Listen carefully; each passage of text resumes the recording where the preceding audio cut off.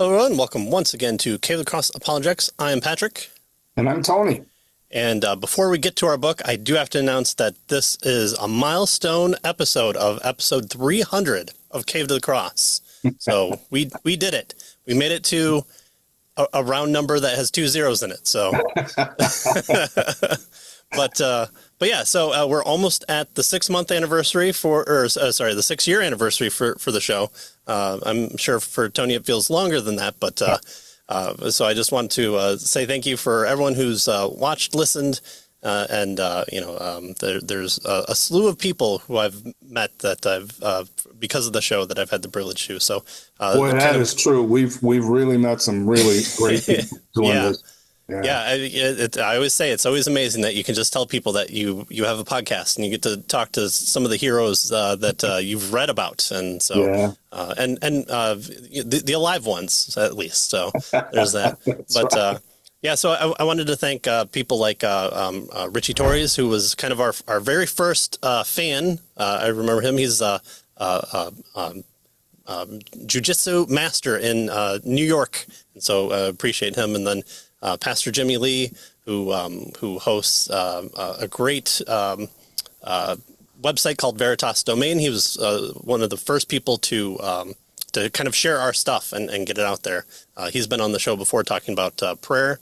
And then, of course, Jeff and Josh over at Anarchist Bible Study, and Troy Frazier from Revived Thoughts podcast and that whole collection for allowing us to read people of church history and to get church history more in the minds of fellow Christians. And then also Katie and David Room over here at Periopus Press, who have been just stellar friends. And of course, all the people that we've interviewed, Bob Murphy and Mitch Stokes and Kostenberger, who I wouldn't have imagined, talking to the people that were on my bookshelf. So that's always been super impressive. So thank you for 300. Tony, thank you for bearing with me for 300 episodes. So I know it's been a great ride, and hopefully we'll have 300 more. But yeah, this has been fun. And, we're just basically walking through these books and people, talking about them. And we appreciate all the folks that, listen in, follow along. It's great. Kind of it's forced me to read these things and reread them and work and think through them. And so it's been great. Yeah. Like I said, we've been pulling off our bookshelves, and I'm going back through the ones that we've read before. And I've been laughing at some of my notes from younger Patrick days, and saying, why didn't you understand that before? Well, now I'm in a better position to misunderstand it a lot better. So that's been a blast. So thank you everyone for joining us. And of course, we're in the middle of our number 12th book, I think we are. You can find all the books that we've done on caveofthecross.com and scroll to the middle of the page. All our books are right there. And we're covering the book on Christian ethics, 4 views. And so we're in number 3. We've given the virtue ethicist and the natural law ethicist opportunity to present their case, and all 4 views have been able to respond to those 2. And so now we join John Hare, who is going to present the divine command theory, kind of the big 3 of ethics viewpoints. And so, of course, if you haven't gotten the book already, links are in the description. Of course, we don't cover everything. We try and kind of give you a good swath of what's being presented here. But of course, due to time constraints and making sure that we present kind of the best case possible, we don't just read it out. And so hopefully this book has been a benefit to you of seeing exactly how does the Christian view different ethical viewpoints. So that's where we're going to start today with John Hare. And so he says that this chapter will first state a form of divine command theory and then reply to 4 objections. The theory is very simply that what makes something morally wrong or morally forbidden is that God forbids it. Easy enough. God says no, you don't do it. Okay, check. And what makes something morally right or morally obligatory is that God requires it. I think that's pretty straightforward and simple enough definitions. I don't think there's much there that we have to do for defining our terms other than divine command theory. There is a relation claimed here between moral obligation and divine command, though. The first part of this chapter will focus on clarifying the two terms in this relation, namely moral right and wrong and divine command, and the nature of the relation that is claimed between them, namely making right and wrong. And then the second part describes the replies to the objections. The first thing he does is he kind of makes a distinction between moral right and wrong and moral, good and bad. And he's going to focus on right and wrong. He says the first term in this relation, moral right and wrong, will be treated here in a Kantian way. And so there's, no necessity about this, though. He says, he could have a divine command theory about moral rightness and wrongness constituted in a utilitarian way, for example, or a virtue ethics way. But he's going to choose a Kantian kind of perspective to work his ideas through. He says he believes it'll be helpful to have a particular count in mind, thus his Kantian perspective. And Kant's account is appropriate because Kant teaches throughout his published work that we should recognize our duties as God's commands. So although Kant isn't a technical divine command theorist, right? But he does suggest, he says, that Kant has to do, recognizes that our duties are part of God's commands. And so he's going to use a Kantian perspective as he works his way through his particular take on the divine command theory. Right. Kant shouldn't be a stranger to us.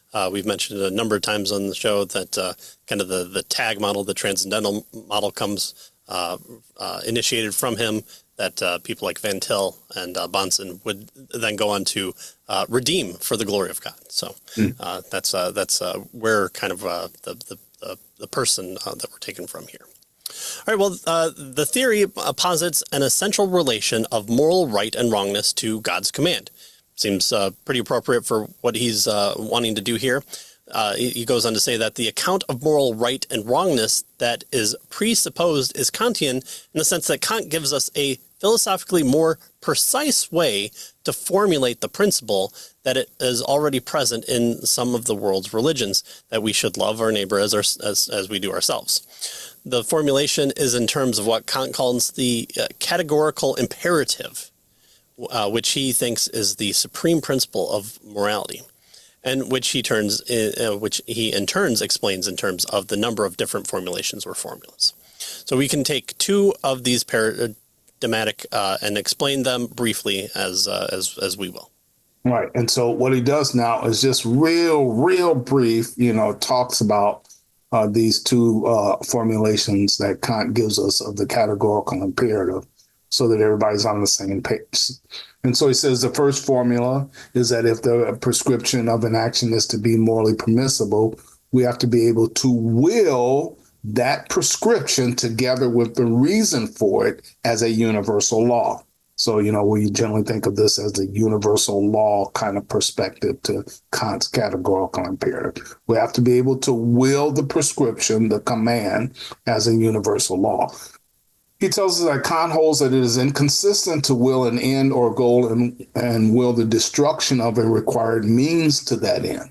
In other words, once we, will this particular command or prescription as a universal law, if that particular making of the universal law results in a contradiction or an inconsistency, then Kant tells us we know by reason, by the way, that it's not the morally right thing to do. And so that's really what he's saying.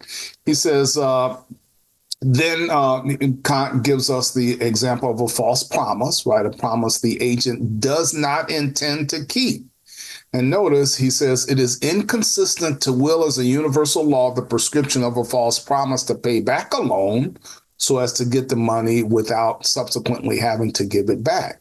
because if anyone at any time is permitted to make a false promise for such a reason, then the whole institution of promise making, right, which is itself a required means for making the false promise, is destroyed, right? So in other words, if we knowingly give a false promise about, paying back a loan, so I need $100, I promise to pay you back when I get paid, and I know I'm not going to do that.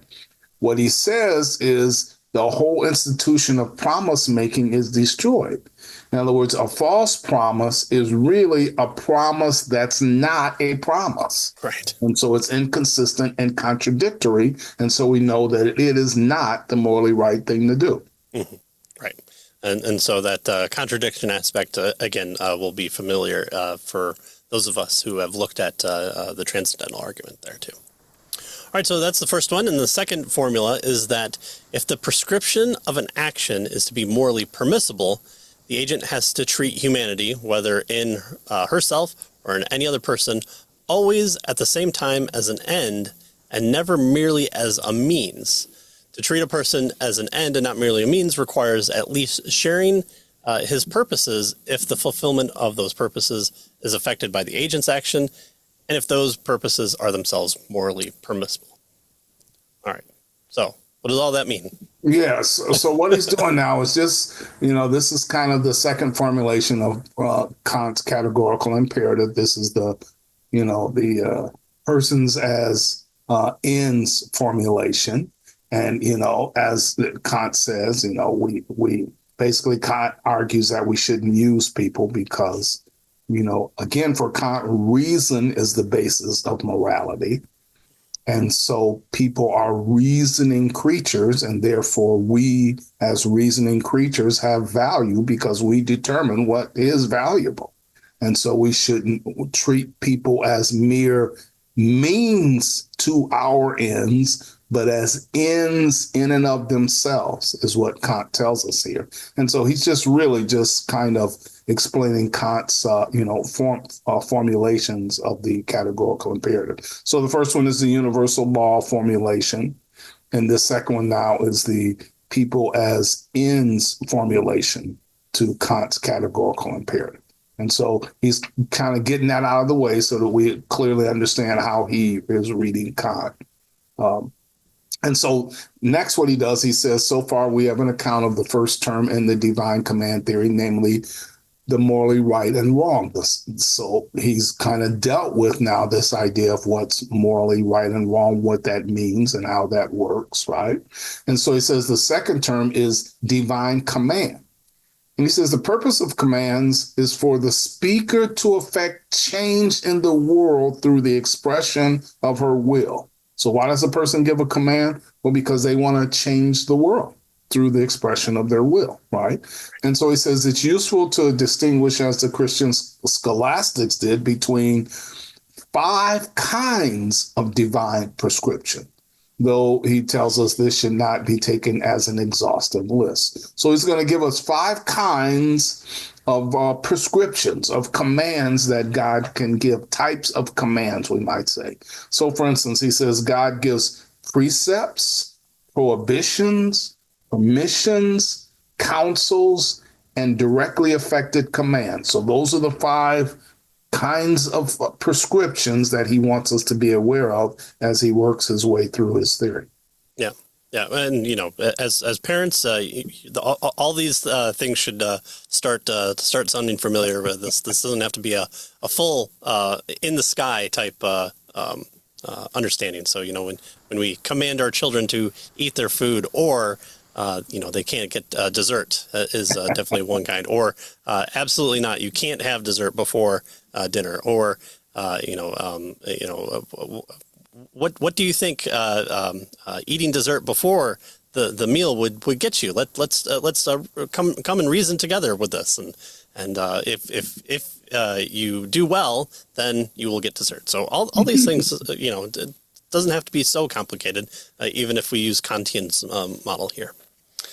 All right, so he goes on to say then that both precepts and prohibitions create obligations, and that's a very important point that is kind of out there these days, especially when we're talking about rights. And I was just listening to a podcast where people were discussing ancient politics and how we as Americans think of things in the terms of rights, things that I have as liberty because God grants them to me, or the state doesn't prohibit them.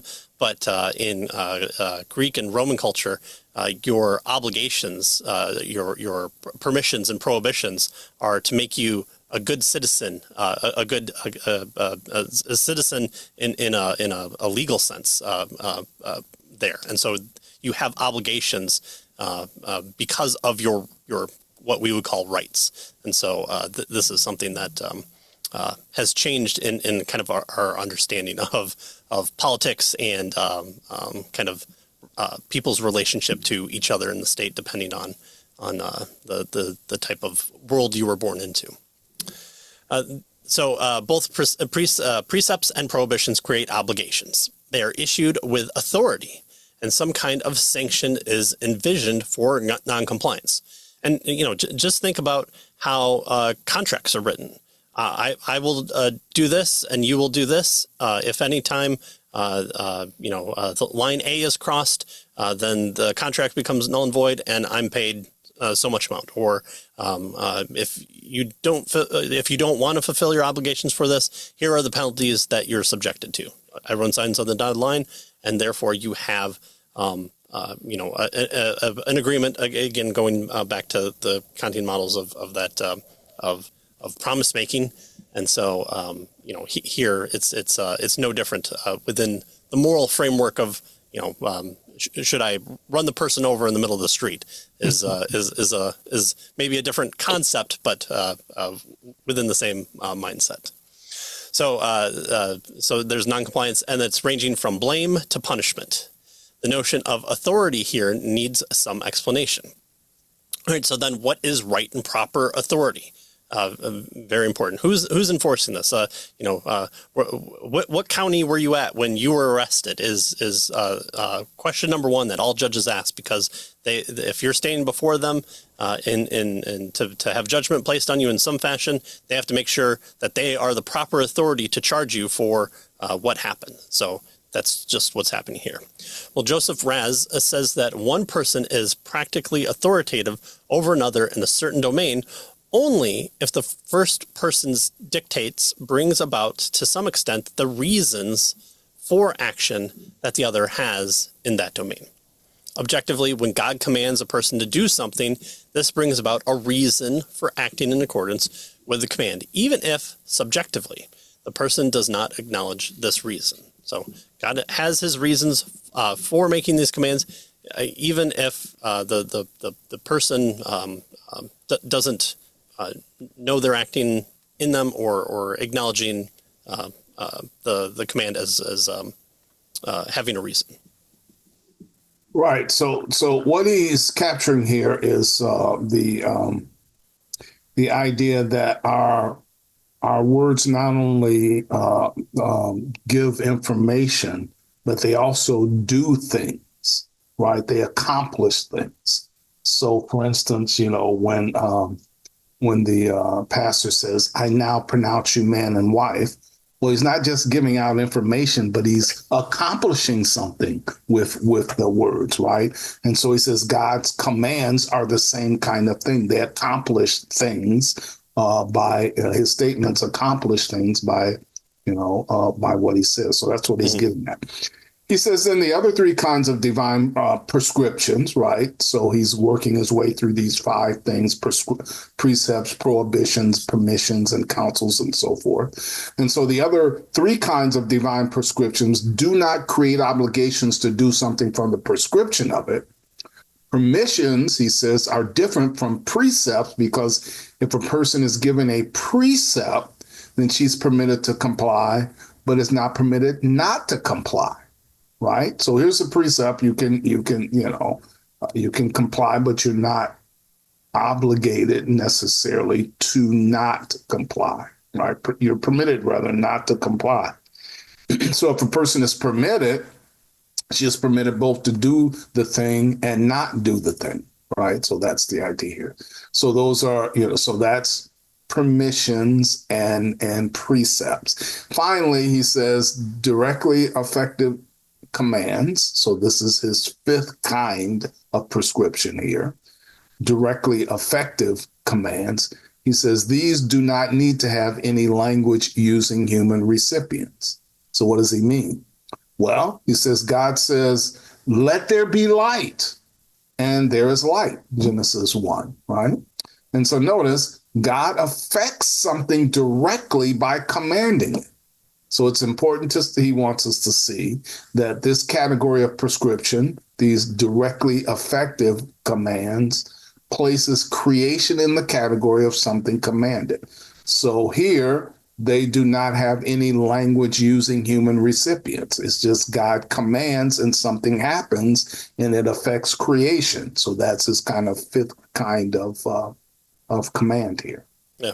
Yeah. And wouldn't this then kind of allow him to kind of draw the biggest circle possible and saying there's nothing that then will be able to fall outside of the divine command, because if you have the entire universe spoken into it that is independent from a hearer of those things, well, then there's your ultimate divine command right there. Right. Yeah. All right. So then we move on to the relationship between moral obligation and divine command.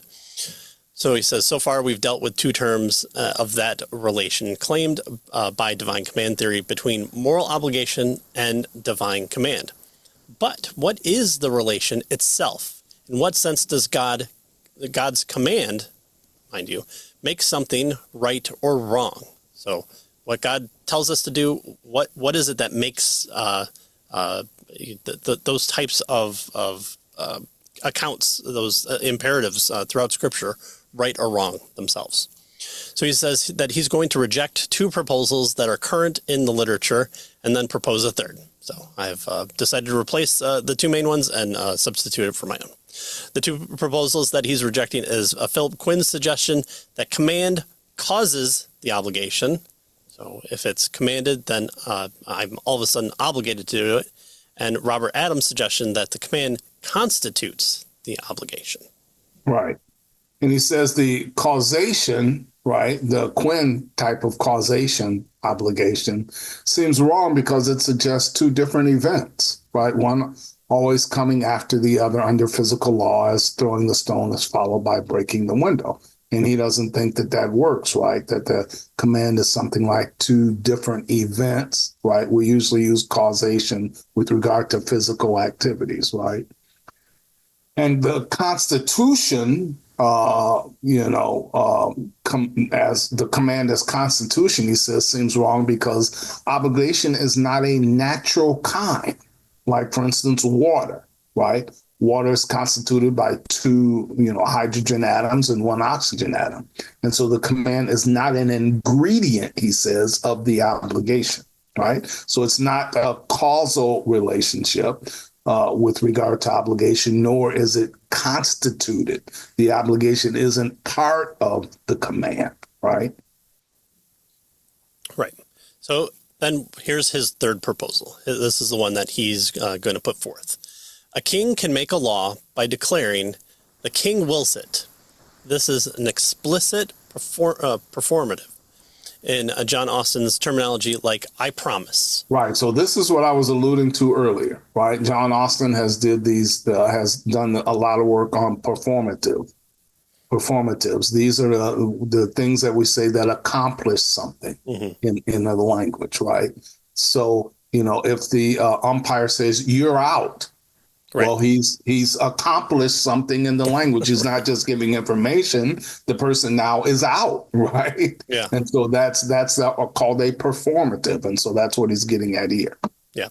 People can lose millions of dollars based on that simple call. And he brought something, we might say brought something into existence by his language, right? It accomplished something. Right? Yeah. Yeah, it affects very many people.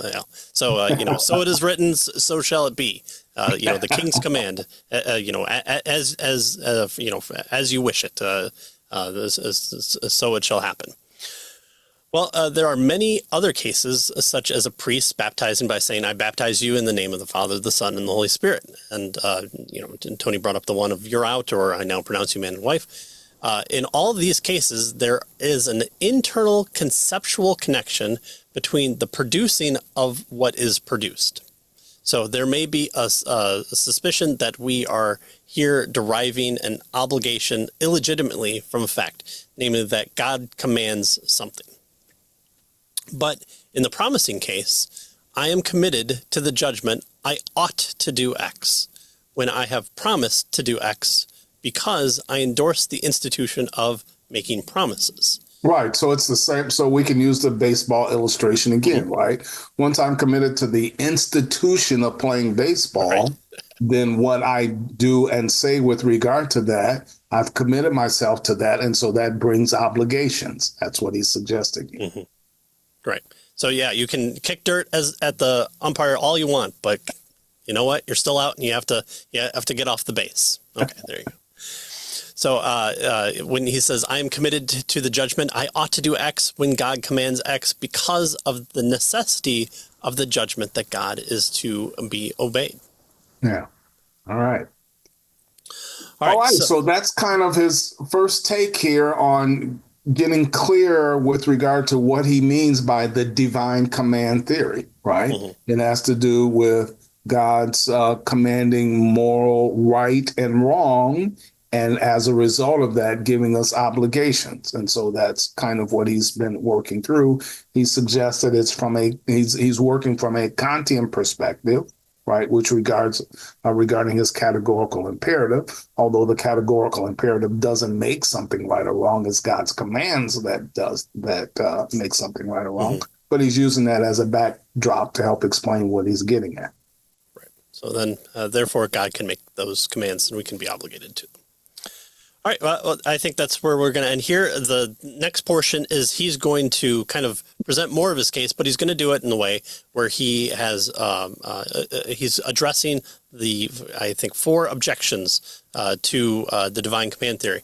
So we'll see more of this played out, but I thought this was kind of a good spot to split, being his kind of main argumentation, and then seeing these objections to divine command, which again, this isn't